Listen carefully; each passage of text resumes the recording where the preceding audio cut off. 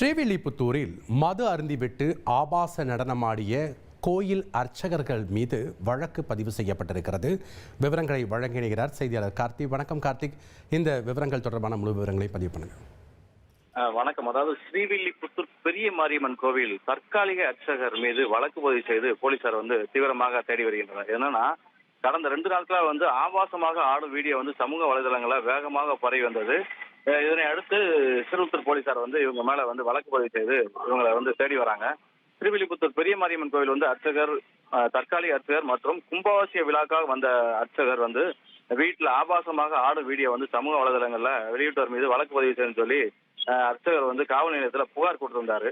அந்த புகார் அடிப்படையில சிறுவத்தூர் போலீசார் விசாரணை செய்து ஒரு வழக்கும் பதிவு செய்திருந்தாங்க. இந்த நிலையில ஸ்ரீவில்லிபுத்தூர் ஆண்டாள் கோயிலுடைய தக்கார் சக்கரை அம்மாள் இவங்களை நேற்று தினம் விசாரணை செய்து தற்காலிக அர்ச்சகர் மற்றும் 3 பேர் அந்த சமூக வலைதளங்களை பரவி வரும் அந்த வீடியோல ஆடியவங்களை இந்த கோயிலுக்கும் இவங்களுக்கு சம்பந்தமே இல்லை, இனிமேல் இந்த கோயிலுக்குள்ள அவங்க வரக்கூடாது, செய்யக்கூடாது அப்படின்னு சொல்லி ஒரு உத்தரவை பிறப்பித்தாங்க.